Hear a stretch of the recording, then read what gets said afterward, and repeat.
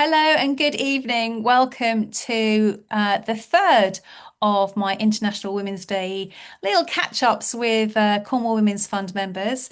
And this is Julia Ward, who works with Conscious Wealth. And Julia is joining us today to talk about what Cornwall Women's Fund means to her and using her expertise in her professional life to explain why she supports Cornwall Women's Fund and to look at what the International Women's Day themes means to her. So, Julia, let's start by giving a little bit of your background, if you don't mind. Sure. And first of all, hello, and thank you for having me here. Pleasure to be Welcome. involved. So thanks for asking me.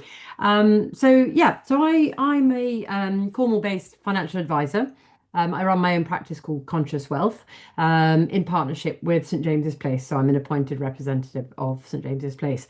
Um, I've been in finance for a long, long time, over 30 years, mainly working in big corporations, institutions, but I felt that there was always something missing in what I was doing. And when I left my previous role back in 2023, I took a minute to think about what it is that I really wanted out of my work life.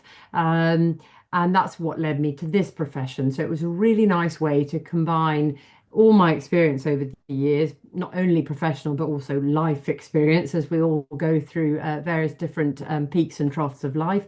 But it meant that I could really help people. So this profession, you know, looks very holistically at a person's circumstances and then looks at what we want to get out of it going forward. So it's really understanding your hopes and dreams and your values.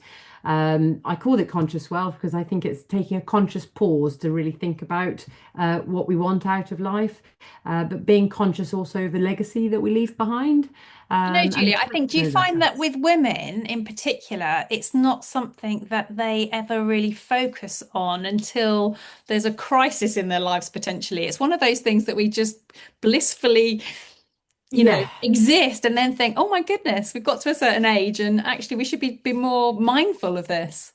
I think it's so many different things actually, because historically, I think it's always been viewed as the male makes Mm. the decisions when you're in a sort of husband and wife partnership, certainly in sort of my era and my parents' generation. So women never really got involved. But then what happens is, either, a bereavement happens or a divorce or a separation, and suddenly the woman has to think, oh, I need to get to understand what this is all about. But they've never had those conversations. So what I'm finding is a lot of ladies need help.